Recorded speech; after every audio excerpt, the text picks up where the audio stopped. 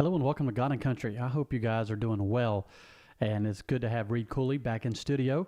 And we have we've both of us have been just slammed the last couple of weeks. Reed's got all kind of things going on in his life, and then we've had a lot going on here in the Carr household, also at our church, and so we've not been together for 3 weeks.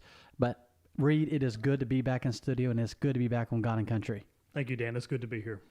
So Reed, I know you had a lot of new things happening in your life and a lot of good things. And of course, next week it is Christmas, and my children are ecstatic. They are looking forward to Christmas next week. Santa Claus is coming to town, and so they are looking forward to it. Reed, you have any special plans for Christmas? Not really. It's going to be spent right here in Mississippi for the most part, just spending time with my family. Maybe I'm a procrastinator, but I haven't gotten ahead on my shopping or anything. Like, I haven't bought the first Christmas gift yet. And just as you said, we're not that far away. So nothing really special, just spending time with my family, but that's as special as it needs to be, right? So tomorrow night at our church, or whenever you watch this, it could be tomorrow night or tonight or yesterday night, and about Wednesday night, and we're having a special presentation at our church. This past Sunday night we went Christmas caroling, and then we had a big Christmas party at the church. We did a big ornament exchange, and we really had a good time with that. Tomorrow night is geared more toward the children, and we are going to have Christmas presents for every child that comes. And then whenever they leave, we're going to make it snow. And so we're going to have snow coming down outside, for the children. And so we're really excited about that on Wednesday night. And then, of course, we'll have our annual Christmas Eve service, as we do every Christmas Eve. And we'll have it jam-packed, and with people coming from all over, for our Christmas Eve service. Christmas is one of my favorite times of the year. And, of course, we'll get to spend it with family on the 25th, and then of course we got family coming in, my side of the family, and then of course Jackie's side of the family. Thankfully, we don't have to travel for Christmas. We get to stay right here and enjoy all of our time here at home. And but I'm looking forward to Christmas. Reed, does your family have any special any special Christmas traditions? Special Christmas traditions, I don't know about that, but for everybody's birthday, we do something called smutting. Have you ever heard of this? I haven't. So it's where whoever is the birthday person, they will get smut smeared, like from the fireplace, like smeared on their face. Then you take pictures with it and stuff like that. It was last year. One of my little cousin, he got me with smut, got it all over my face so badly that I thought I was going to get canceled for wearing blackface or something. It was just all over me. But Christmas traditions, we play a lot of games. I could have said that a minute ago. We play a lot of games. It's a different game every year. We tend to switch it up quite a bit. Usually games where different members of the family will compete for like $5 or $10 or $20 for playing for winning at some sort of game that someone looked up on Instagram or something like that. I do like how, we live in Mississippi, so you guys have to create your own snow. We're not lucky enough to get a whole lot of snow down here. But not really any traditions. How about yours? We eat a lot. You eat a lot? Okay. Yeah. So I know my wife and her sisters and her mother, they'll get together and they'll do a lot of baking, and they'll make pecans, and they'll make these, just all kind of different treats and things like that. And so that's one of their big traditions for the family, as far as baking, which is good. And then, of course, eating. And then just the Christmas Eve service is really a tradition, I guess not for my whole family, but for my wife and my children, and then of course our church. And then so we'll have a good time with that. And then of course, just spending the time with the family is always fun. So you go caroling every year? We do. We went Christmas caroling this past Sunday night, and we went over to Azalea. It's a like a nursing home, and there was a good crowd there.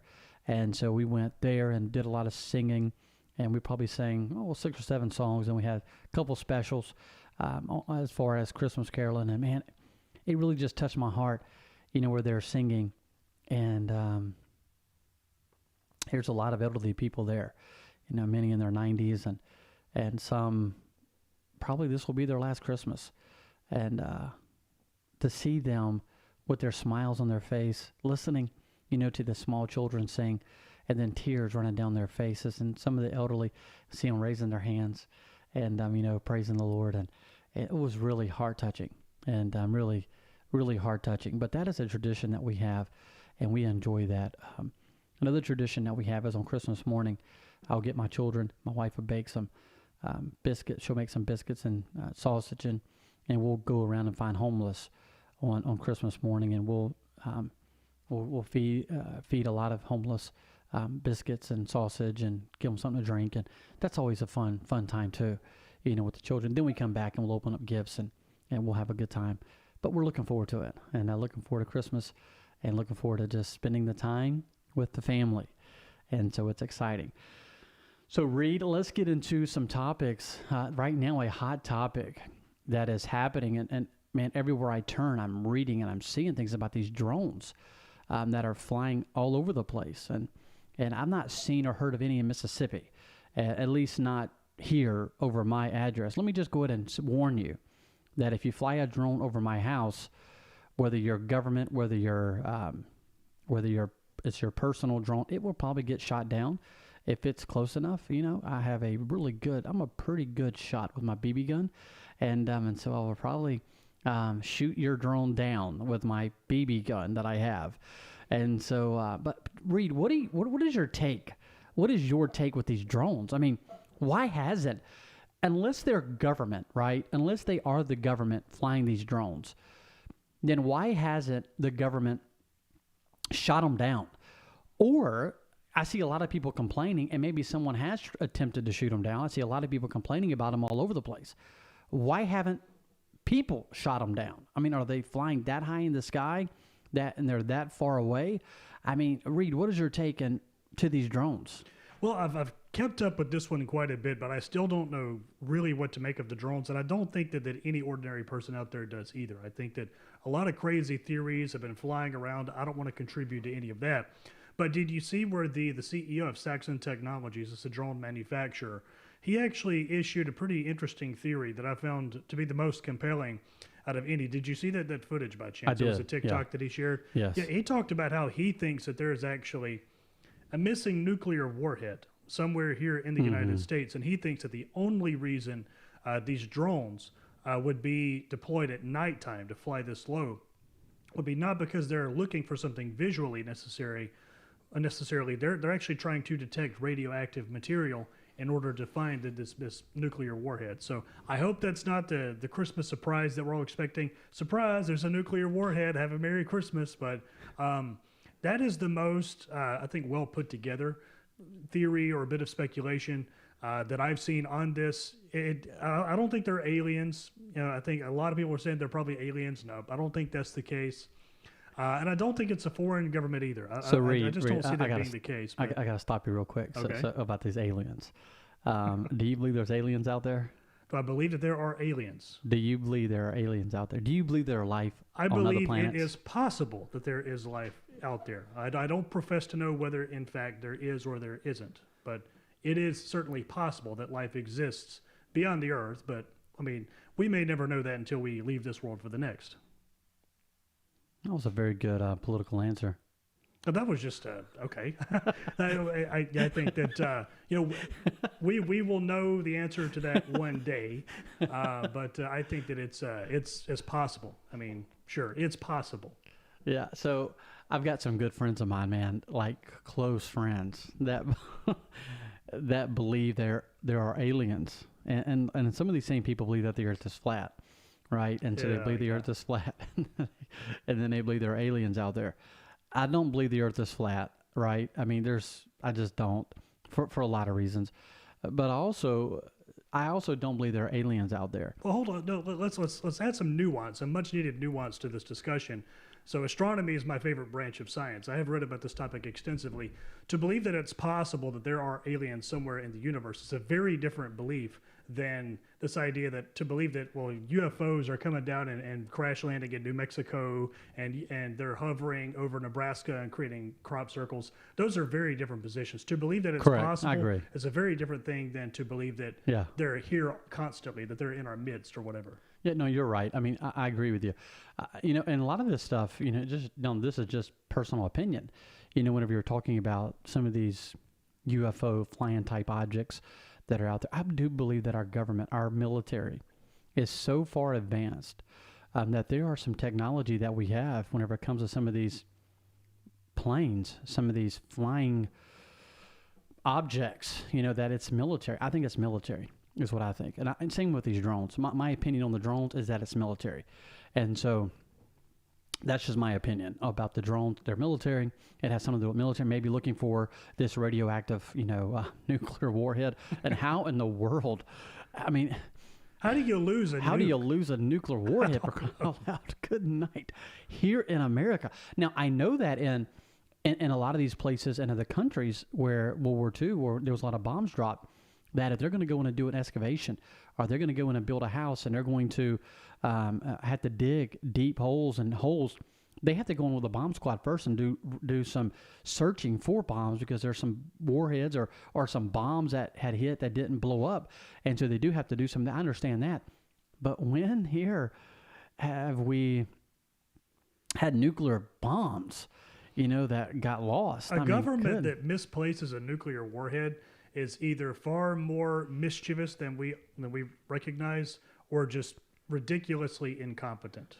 And if there was ever going to be a government that was going to lose a warhead, it would be Joe Biden. Yeah. It would be him, and Kamala Harris. Well, there was a joke Cat Williams made years ago in one of his stand-up routines. This was whenever John McCain was running against Barack Obama. So this is way back in 2008.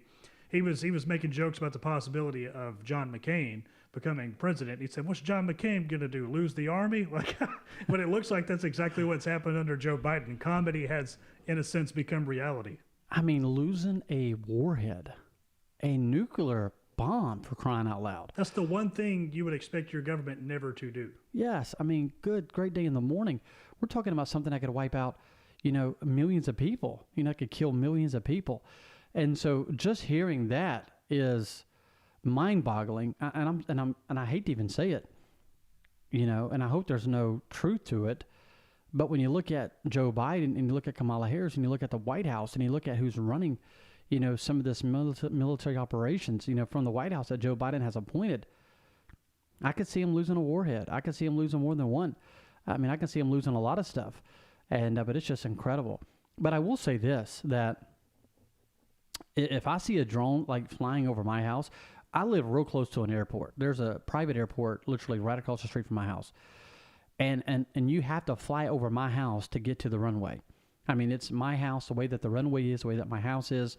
You fly right over my house, and it's so close. It's literally right across the street, that it is so close that you could wave to the people in the plane. I mean, you can see them. I mean, it is that close. I could hit them with a football. If I wanted to, I could throw a football and hit them. I could hit them with a baseball. And so if they're that close that you can see them that well, listen, if it's a drone flying over my house, if it's a small drone, I'm going to get my shotgun and I'm going to try to shoot it out of the sky. That's just what I'm going to do. And if it's far away, and if it's a drone and it's hovering over my house, like they're being mischievous, taking pictures. I mean, there's a lot of things that I'm just not going to let drones fly over my house. I'm going to be very protective of my property, very protective of my family. And so I don't want drones flying over my house. I know that in some neighborhoods, they've had issues with people flying drones, and especially like you have a swimming pool and a lady's out and she's laying out in her bathing suit and they're laying out and there she is in her backyard by her pool, privacy fence, and just relaxing and enjoying herself. And then all of a sudden this drone comes flying in her yard, and overing and taking pictures and videos of her. That is not good. And so, I mean, and the way these drones are today, I mean, they take very good videos, very good pictures.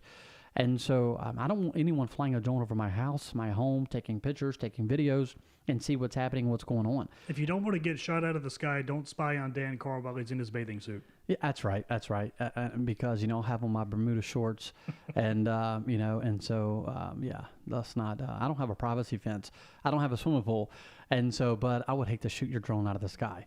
And so I know I have some friends who have some very sweet drones that can go a long ways away, and they can fly them way high in the sky, and they use them for work, and they use them for a lot of different reasons. And drones can be used, for in a very good way. I know that whenever the hurricane hit in the Carolinas, that they were using drones, to find people, flying these drones around and looking and finding people. I know that There was a missing child out in the Gulf, not too long ago, and they were using drones, to fly and to look for this child. And I don't, and they never found the child, but they were flying and trying to find the child with the drones. And so drones can be used for a very good thing. People take pictures.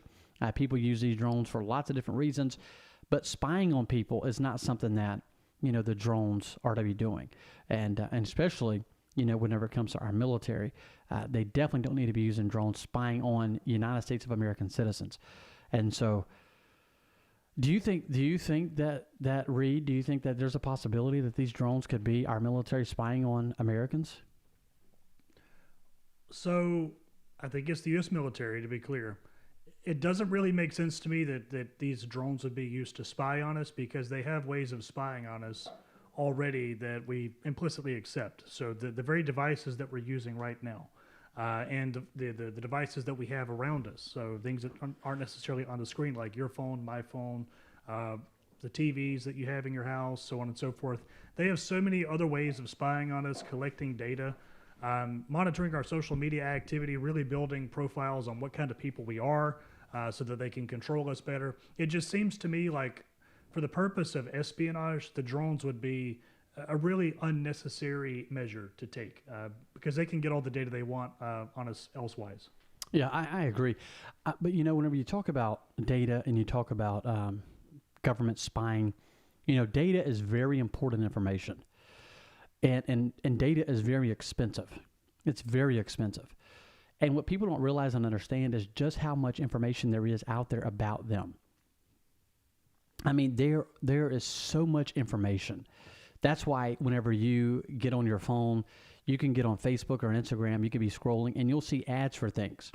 And you'll see ads for things that you've had conversations about. You'll see ads for things that you've been searching for on Google. You will see all of these ads, and all of that is data that these companies have been, these AI-generated software, these companies are gathering on you, and they are using that data, to, one, they're using it to sell. They'll take that data and they'll sell it to a company, or two, they'll use that data to advertise to you. And so you'll be on your phone scrolling, and you just got through talking to your wife about taking a cruise, down to Mexico, and all of a sudden you're on Facebook and you're seeing, and I'll see one tonight, you watch, and there'll be an advertisement for Facebook. My son started playing baseball. Now, listen, this is crazy. My son started playing baseball. So my son and I started having conversations about baseball and about going to a pitching camp and going to a baseball camp. And so we're down at the baseball field and we're hitting baseballs and we're throwing the baseball and we're talking about baseballs. And I go to Academy and I bought him a baseball bat. And so we're talking. I get home, I get on Facebook, and I'm scrolling social media and Reed, I kid you not, I promise you, do you know one of the first things that I saw on Facebook was an ad for a pitching baseball camp? I'm not even a little bit surprised. And you know what I did? I signed him up. So, all right. So the ad worked. Yes, it did, and it's right here in Biloxi, And so the pitcher pitches for the Kansas City Royals, and so he's doing a pitching camp. He's from Gulfport, and he's doing a pitching camp in Biloxi, and so I signed him up for it. And so, yes, this stuff that's what they do. That's what they do with this data. I mean, there's companies that make millions of dollars every single year from your data. And so it's important for you to understand, and I know we talk about the government spying on people. And whenever Mark Zuckerberg, when them boys came up with Facebook, the government for years was trying to figure out ways to get all of this information. Don't you know that whenever Zuckerberg put Facebook out, you go to Facebook and you put in your name, you put in your birthday, you put in your anniversaries, you put in your hobbies, you put in things you like, you put in information where you're going, you put in information how you're feeling. You can be mad, irritated, glad, happy. I mean, you're putting all of this information in Facebook, and they have all the information that they possibly need, from Facebook. And so don't you know that they were super excited whenever Zuckerberg came up with Facebook? Something that the government was trying to do for a long time was to gather a lot of information on its citizens. Now we just freely give it to them. The government didn't need to extract this data from people because they gave it voluntarily. Absolutely. And so we give them all the information that they want. And so we tell them everything about our life. We tell everybody everything. And I'm a very private person. I post a lot of stuff on Facebook, and but I'm very private. I mean, I put a lot of different things on social media, my website, things like that. But I'm very private about things as far as my personal life. I don't like to put a lot of information out there about my personal life. I like to keep that, personal. And so, like, if my wife and I get into an argument, I don't put that on social media, right? If Reed makes me mad and we get into a knockdown, drag out fight, I'm not going to put that on social media. And I'm very private. We might put that on God and Country, though, right? We talk about it here. And so, but I don't put it on, social media. And so, but man, people today, man, they'll tell you everything you want to know about their personal life. They'll tell you everything, and too much information sometimes. Absolutely, yeah, totally agree. So our government, man, we make it easy for them with it. What was it? The first one was called what? MySpace. So you had MySpace. It was MySpace, yeah. And I didn't have a MySpace because my dad wouldn't let me get one, so I didn't have a MySpace. And then you had Facebook, and then there was Instagram, then Twitter, then there's too many to name nowadays. There's a lot of them, like My Truth. Truth Social. Truth Social. Parler. Is Parler one? Yeah, Parler's back now. Yeah, YouTube. And then you had Rumble. Rumble, yep. There's all kind of stuff out there, man. And we just put out this information. Like here you go. Here's free. People will sacrifice a lot of their liberty, not necessarily for the sake of security, but for the sake of convenience. And people really do make that critical mistake. It's not always an exchange of security for liberty. Sometimes people are exchanging liberty just to make their lives a little bit easier, a little bit more convenient, or to keep up with the latest fad. That's not to be underestimated. Absolutely, and unfortunately, our government knows way too much about us. A lot of it we give out freely. There was an article today in Ocean Springs to where the city council, the mayor, and some of them didn't realize what was happening with these cameras, but they put these cameras on these red lights and stop signs and all over the city, and it's recording people, and it's like an AI tracking, and it's tracking people's movements and knowing where people are going, and if you dive deep into this thing, it's like it's trying to predict whether or not somebody's going to commit some kind of crime. It's almost like some kind of futuristic TV show is almost what it sounds like. And so you have to be very careful. And that's one reason why, Reed, we push so hard about people being involved and people being engaged and know what's happening in their communities. Know what your board of aldermen are voting on. Know what your city council is voting on. Know what's happening, in your capitals. Get engaged, get involved. And because every single day that we're not involved and every single day that we're not engaged, we are sacrificing our liberties. We are sacrificing our freedoms. And I get it. We do get busy, right? Reed and I have been so busy we haven't been able to connect together, for 3 weeks for a show here on God and Country. But we're back together now. But I get it. People are so busy today that we are forfeiting a lot of our freedoms because we're busy. And at some point we have to take time to know what's happening in our cities, know what's happening in our counties, know what's happening in our capital cities. Know what's going on in your neighborhood, in your backyard. It's very, very important that we know what's happening. Reed, in January, you're going to have every single city around, and I know Mississippi, you're going to have a lot of people announcing they're going to be running for mayor. They're going to be running for city council. They're going to be running for alderman. All of those elections are up next year. I think about the coast. You have, if you go all the way over in Harrison County, you start at the Harrison County line, you have Pass Christian, then you have Long Beach, and then you come to Gulfport, then you come to Biloxi, and then north of Biloxi you have D'Iberville, and then you go across the bridge, Ocean Springs, then you have Goshen, you have Pascagoula, you have Moss Point, and then on the other side you have Bay St. Louis.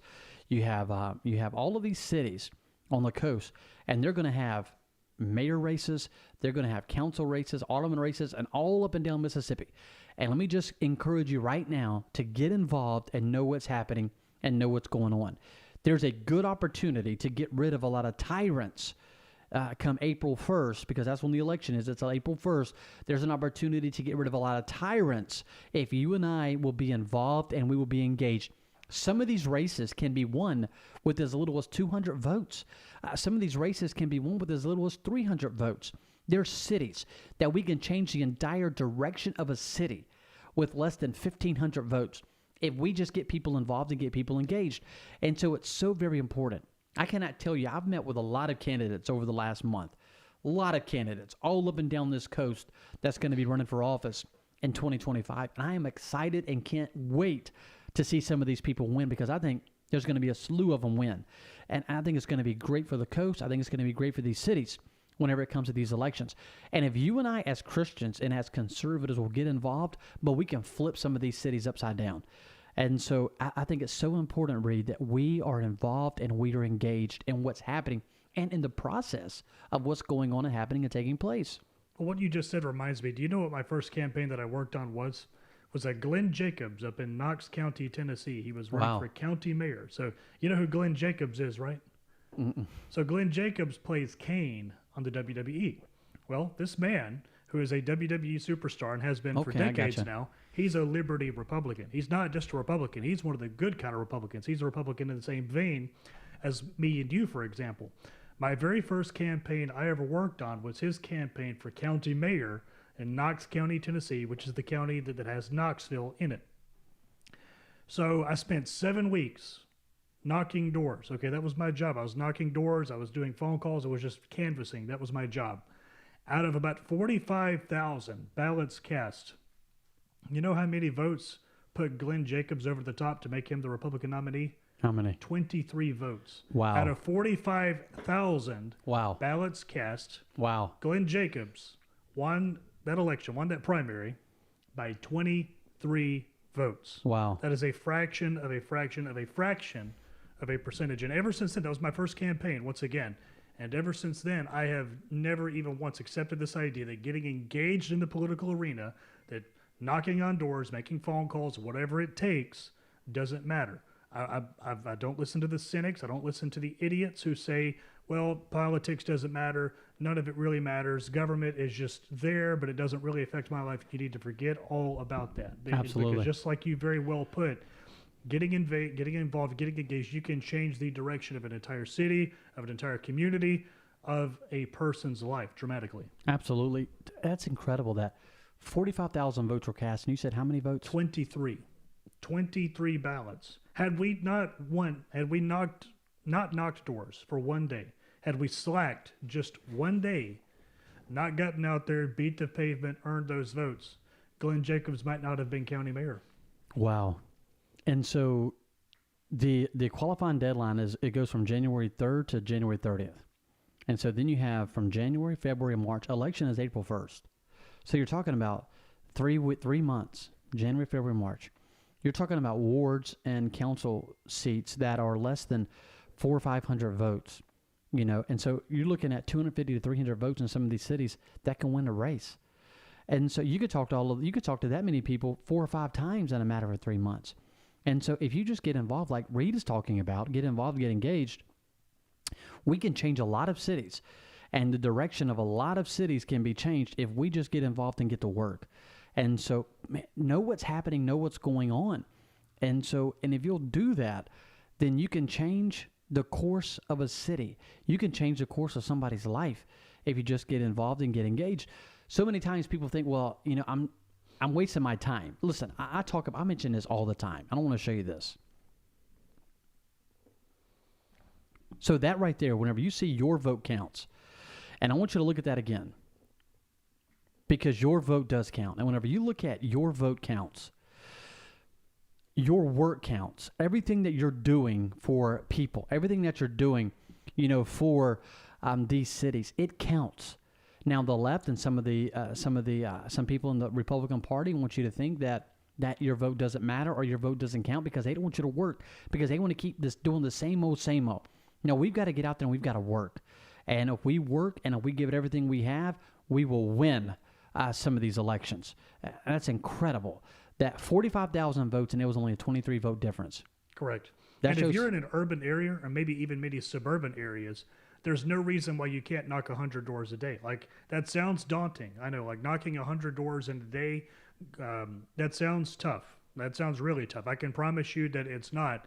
So, like I said, had we slacked off for just one day, maybe even a few hours less, had we worked just a little bit less, maybe even by a few hours, Glenn Jacobs would not have become the mayor of Knox County, Tennessee. And that county would have taken a dramatically different direction. Yeah, and so when you think about that, go ahead and come down to now there's going to be there will be some cities like Jackson, potentially could have 45,000 votes. But in these alderman races, like I've been researching a lot of alderman races here on the coast in a lot of these cities, and there's a ton of them where they didn't even have 300 people vote in the Republican primary 3 or 4 years ago. And so you can win that primary with 250 votes. And so if you just get involved and get engaged in with your local conservatives, we can win some of these races. And so don't think that you can't, because we can. I have looked at probably in the last month, 2 months, I have looked at probably on the coast, maybe 15 or so different council or wards, and most all of them can be won with less than 250 votes. Amazing. That's how small it is. And so you have to be involved, you have to be engaged, and if you'll do that, then you can win. You can win, and we can win big. We can win a lot of these races because most of these cities here are going to be won in the primary, right? Whether it's Republican or Democrat, most like they're in Gulfport, there's a ward that is going to be won. There's 2 wards in Gulfport that are going to be Democrat, and they're going to be won in the primary. The other seats in Gulfport are going to be won on primary day. In Long Beach, every one of the seats, the mayor race is won on primary day. Ocean Springs, every one of them but one will be won on primary day, except even the Democrat. I mean, all of them will be. Even the Democrat will be won on primary day. Even the mayor race will be won on primary day. Biloxi, every one of the races will be won on primary day. And so Gulfport, pretty much, the mayor race, it could get tight, but the mayor, whoever wins Republican primary, will be the mayor of Gulfport. So every one of these seats, Pasco Cheyenne, that one's going to be tough. But I still think that most of Pasco Cheyenne, it'll be won on primary day. So all of these elections, yes, they have a general election. It'll be June or July. I think it's June 30th. So primary is April 1st. Then the other election is 2 months away. But all of these elections will be won on primary day. And so all I'm saying is get involved now. So many times people think, well, I went to the polls and I voted for you, but you wasn't on the poll because they was in the primary. They lost in the primary. And if you had showed up and voted in the primary, then they potentially could have won. But so many people don't vote in the primary. And that's why the numbers are a lot different versus the general election versus the primary, is because a lot of people show up and vote for the general. A very small number shows up and votes in the primary.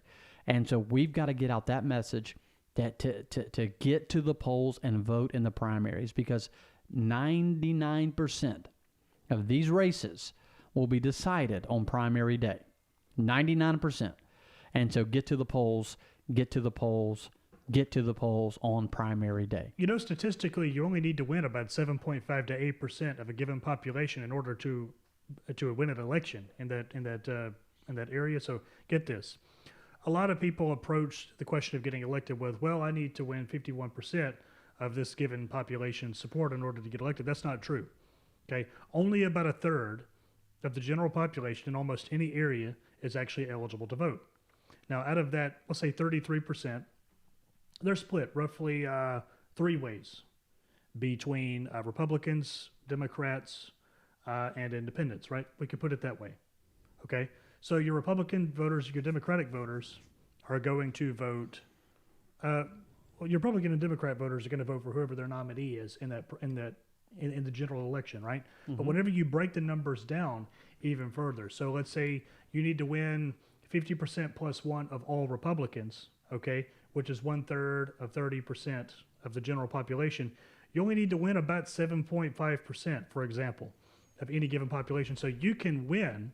You can actually get to govern. You can win an election and get to govern over a community or a county or a state by winning 8% or less of a given population. And don't tell me those numbers can't be won by getting out there, by stumping, by knocking doors, by putting out the right ads in, even by doing what we're doing right now. I'll tell you, Ever since Trump won, I don't want to hear anything else ever again about how media is stupid, podcasts are stupid. I don't want to hear any of that because I firmly believe in, and maybe you disagree, I firmly believe that if we didn't have Elon Musk and X on our side, that election result might have been incredibly different because as that voter fraud was becoming very evident in states like Pennsylvania and Michigan, where they were doing weird little things, it was on X where it was getting reported first. And it was on X where pressure was happening to knock this stuff out. Absolutely. The advantage of Elon Musk's X was not an advantage that we had in 2020, Right. which was a stolen election. So whenever it comes to podcasting, to being active, to being engaged in the digital arena, right? Absolutely. I firmly believe that it's not the main component, but it is definitely a key ingredient to enacting change culturally as well as getting the right people elected politically, like what you're talking about here. I agree 100%. And I'm with you. I think that X played a major part in this election. And podcast and small and large podcast, played a major part because Fox, listen, look, Fox, MSNBC, CNN, all of those newscasts, Trump did not win because of those people. Trump won because of everyday citizens like you, Reed, like Jim, like myself, like, and of course, we're not on Rogan's level, but Rogan, all of these different podcasts, people were out talking every day. People had a microphone, and social media gives you a microphone. I saw a preacher post something the other day kind of knocking YouTube, and I thought to myself, that's very ignorant, that you would knock a platform. He's posting on Facebook, and he's getting on to people for asking people to subscribe to their YouTube channel. When the reality of it is, YouTube and X and Facebook and Instagram and Twitter, all of these types of platforms are good platforms that we have. Yes, they cut down our algorithm.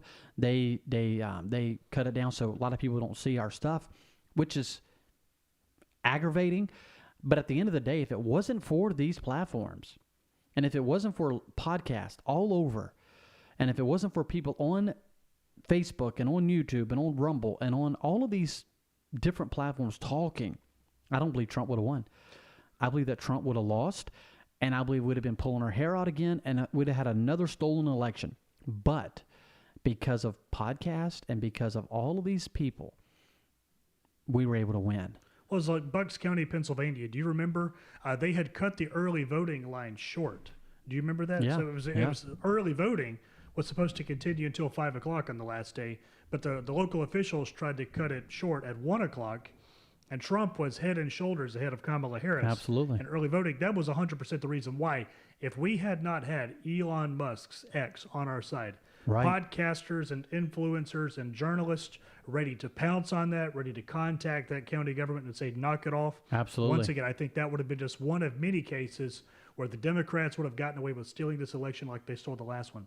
What you said a minute ago about the pastor, that does fascinate me quite a bit, though, because was the pastor by chance, there's this guy talking about, he was slamming YouTube, basically, criticizing other people. Well, what he was saying was that Okay. pastors should not be asking people to subscribe to their YouTube channel. Okay, so thank you for that. Was he basically just criticizing pastors for being self-aggrandizing or maybe misusing the faith or abusing the faith in order to fit their own ends, or was he going in a different direction with his I criticism? think that he was going a different direction. I think Okay. he was, because if you're going to bash people for asking you to subscribe to YouTube, then don't be asking people to follow you on Facebook, right? Because what's the difference? Facebook, YouTube. I mean, I realize they have different formats, but it's still, you're still asking people to follow you on social media. I think it has a lot of different things. Maybe this gentleman was, and he's a great preacher. I love him. I love listening to him preach, but maybe he was taking a shot at Furtick or somebody like that, who's constantly asking people. And I can kind of see where he's coming from there. Who did you just name? Stephen Furtick. Okay. But at the end of the day, I mean, I want as many people as possible to follow us on YouTube, right? I would love to have, wouldn't you like to have 2 million subscribers to God and Country on YouTube? To me, it's a bit like building a digital church. That's not a bad thing. Yeah, and so I think that having a large following on any platform is good. And I want people to follow. I want people to share. I want people to do all of those things because it helps get out our message. And you're right. If we didn't have these social media platforms, then I don't think we would have won on Election Day. Because then people say, well, God was the reason why we won. And I agree. Listen, I'm a preacher. I'm a Christian. I believe that God is in control. Absolutely. But God uses people.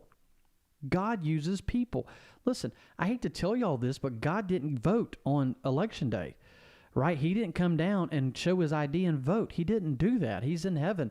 Now, the Holy Spirit is among all of us Christians, but God uses people. God Someone works might through say people. that God voted on July the 13th whenever he kept that bullet from killing Donald Trump.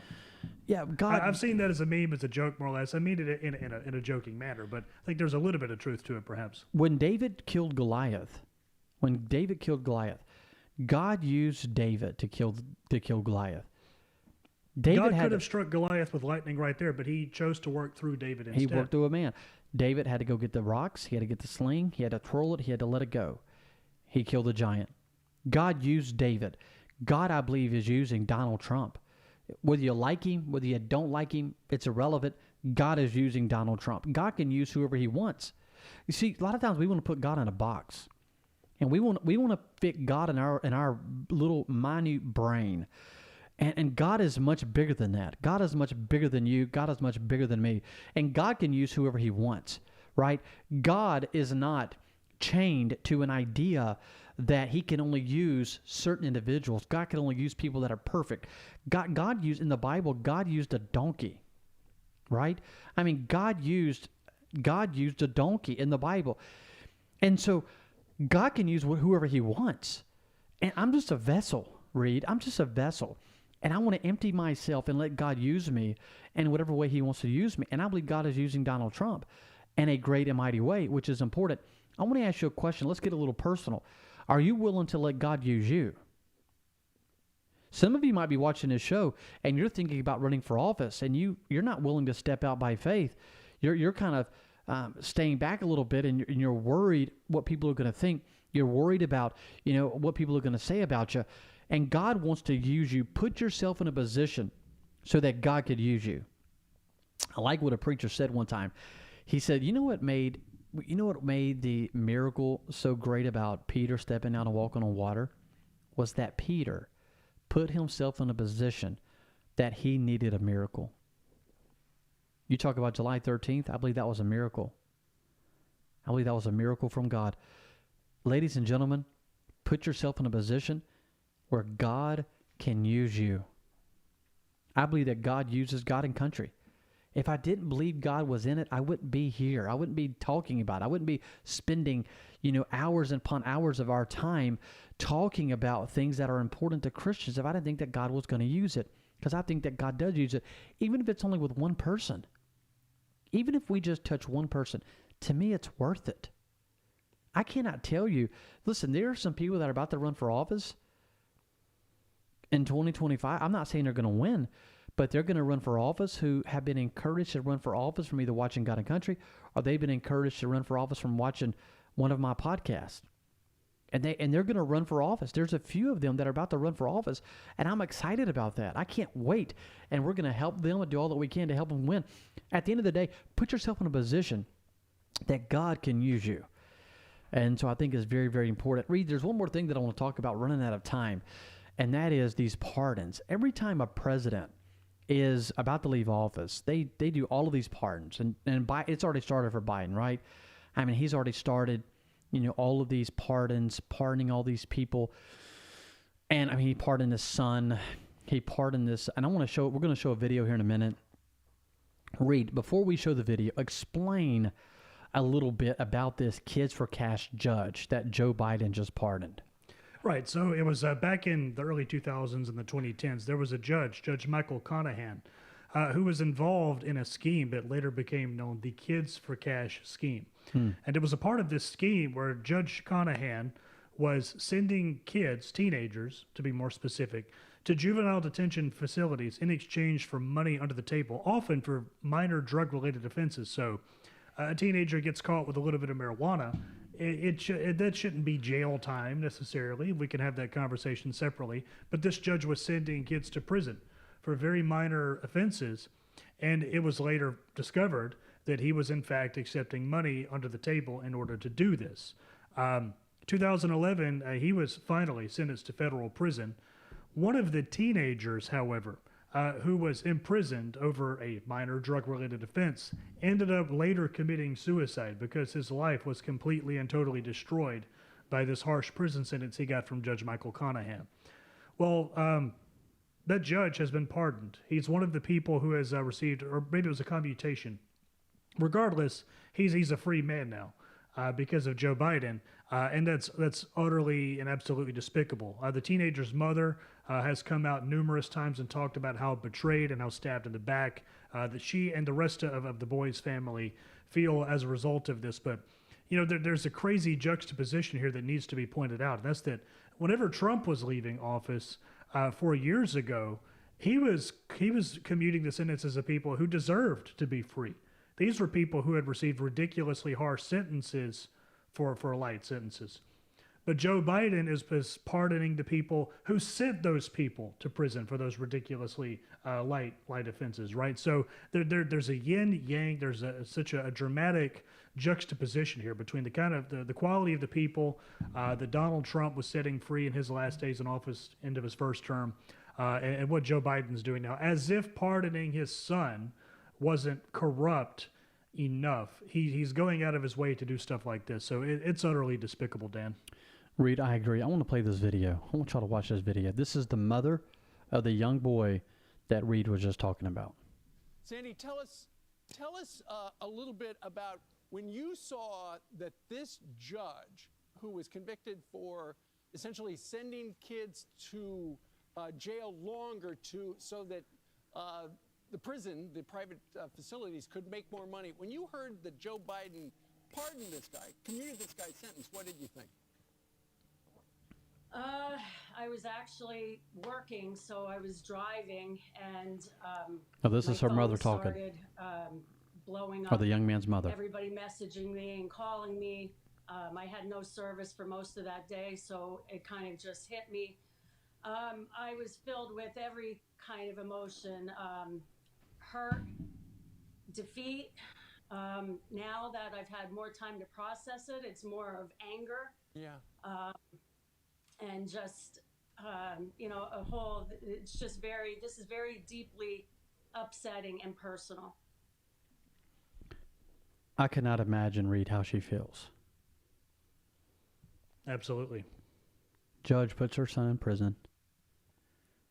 He is found guilty of putting these children in prison to make money under the table. Her son commits suicide. You saw his tombstone. And then Joe Biden pardons him. Why? Like, what incentive is there that we don't know about? Like, what's the attraction for Joe Biden to set somebody like that free? I don't know. It's my mind cannot comprehend how I would feel if that was my child. And then this judge is going to now walk free.